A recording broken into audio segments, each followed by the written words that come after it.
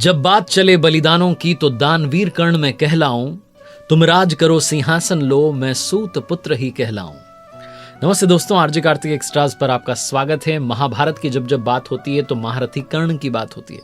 महारथी कर्ण की जीवन गाथा के बारे में बहुत बातें हुई।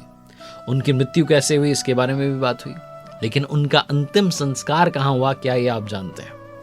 इस कथा को शुरुआत से शुरू करते हैं। दानवीर कर्ण जो थे वो पांडवों की माता कुंती के सबसे बड़े बेटे थे, और जब ये युद्ध चल रहा था महाभारत का महारथी अर्जुन के बीच में और महारथी कर्ण के बीच में, तो जो कर्ण के रथ का पहिया था वो जमीन में धरती में धंस गया था। तब कर्ण ने भीष्म पितामह के बनाए हुए नियमों को याद दिलाया अर्जुन को और कहा कि देखो अर्जुन, जब तक मैं रथ का पहिया ना निकाल लूं तब तक तुम मुझ पर आक्रमण नहीं करोगे। तो अर्जुन रुक गए। भगवान श्री कृष्ण ने कहा कि हे अर्जुन, तुम रुक क्यों गए? तो अर्जुन ने कहा कि नियमों की बात की गई है, नियम के विरुद्ध होगा अगर मैं यहां शस्त्र चलाता हूं। तब भगवान श्री कृष्ण ने उन्हें याद दिलाया कि अभिमन्यु अकेला था और इतने सारे योद्धाओं से लड़ रहा था। क्या तब इन्हें युद्ध के नियम ज्ञात नहीं थे? जब भरी सभा में द्रौपदी का अपमान हुआ, आप शब्द कहे गए, क्या तब नियमों का उल्लंघन नहीं हुआ?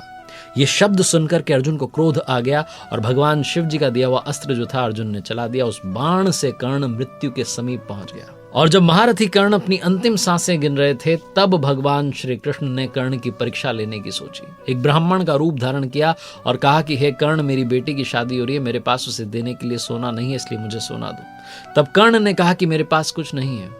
तब ब्राह्मण देवता ने कहा कि तुम्हारे पास सोने का एक दांत है, वो दान कर दो।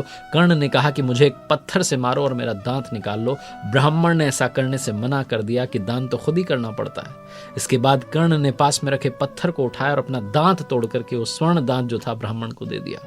इस पर ब्राह्मण ने कहा कि ये दांत तो गंदा हो गया, इसे माफ करो। इस पर कर्ण ने अपने धनुष से धरती पर बाण चलाया, वहां तेज जल की धारा निकली और वो दांत उन्होंने शुद्ध कर दिया। इसके बाद कर्ण को इस बात के बारे में पता चला कि ये कोई सामान्य ब्राह्मण देव नहीं है। प्रार्थना की तो भगवान श्री कृष्ण अपने वास्तविक रूप में आए और कहा कि तुमने जो बाण चलाया, यहाँ से जो बाण गंगा निकली है, ये युगों युगों तक तुम्हारा गुणगान करती रहेगी। जब तक सूर्य रहेंगे, चंद्र रहेंगे, तारे रहेंगे, ये पृथ्वी रहेगी, तब तक तुम्हारा गुणगान होगा, क्योंकि तुम्हारे जैसा दानवीर ना हुआ है और ना होगा। तब भगवान श्री कृष्ण ने धनुर्धर कर्ण से कहा, महारथी कर्ण से कहा कि बताओ क्या मांगना चाहते हो। तब कर्ण ने भगवान श्री कृष्ण से कहा कि मैं वरदान तो आपसे बहुत मांगना चाहता हूँ, 3 वर मांगना चाहता हूँ। पहला ये कि एक गरीब सूत पुत्र होने की वजह से मेरे साथ बहुत छल हुए, तो अगली बार जब आप धरती पर आए तो जो पिछड़े वर्ग के लोग हैं उनके जीवन के उत्थान के लिए प्रयत्न करें। 2 और वरदान मांगे। दूसरा ये था कि अगले जन्म में आप मेरे ही राज्य में जन्म लें, यानी कि कर्ण के राज्य में।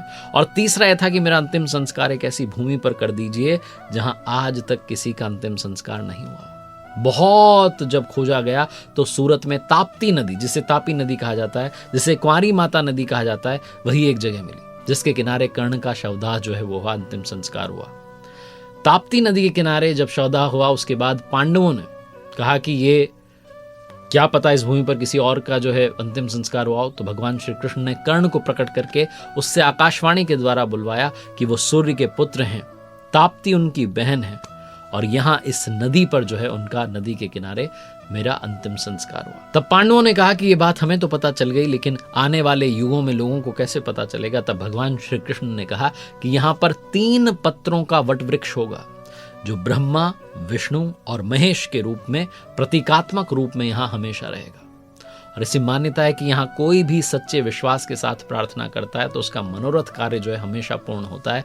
ये जो 3 पत्तों का वृक्ष है ये आज भी सूरज में तापी नदी के तट पर है और इसे तिप्तिया घास के नाम से जाना जाता है। ऐसी भी मान्यता है कि भगवान श्री कृष्ण को पूरी पृथ्वी पर भूमि का कोई ऐसा टुकड़ा नहीं मिला जहां पहले किसी व्यक्ति का दाह संस्कार ना हुआ। काफी खोजबीन के बाद सूरत में ताप्ती नदी के तट पर वो जगह मिली और कहते हैं वहां के लोग की सिर्फ 1 इंच जमीन थी, 1 इंच भूमि का टुकड़ा था। अब उस पर तो किसी का अंतिम संस्कार हो नहीं सकता, तो भगवान श्री कृष्ण ने वहां एक बाण रखा। उसके बाद कर्ण के शरीर को रख करके उस बाण पर दाह संस्कार किया। अब लोग जो हैं इसको तुलसी बाड़ी मंदिर के रूप में पहचानते हैं। बहुत लोग वहां पहुंचते हैं दर्शन के लिए और इस मंदिर को तुलसी बाड़ी मंदिर कहा जाता है। साथ में यहाँ पर जैसा मैंने बताया 3 पत्तों का जो है बड़ का एक मंदिर भी है। यहाँ बरगद का वो पेड़ है जिसके बारे में ये कहा जाता है कि हजारों वर्ष पुराना है और इस पर आज तक सिर्फ 3 पत्ते आए हैं। जैसा मैंने बताया कि भगवान श्री कृष्ण ने कहा था ब्रह्मा, विष्णु, महेश के रूप में, ये प्रतीकात्मक रूप में 3 पत्ते हमेशा रहेंगे। ये है कर्ण की समाधि का पूरा सच महारथी कर्ण के अंतिम संस्कार की पूरी कहानी। देखते रहिए आरजे कार्तिक एक्स्ट्रा, जहां आपको ऐसी ही बातें, रोचक बातें बताता रहा।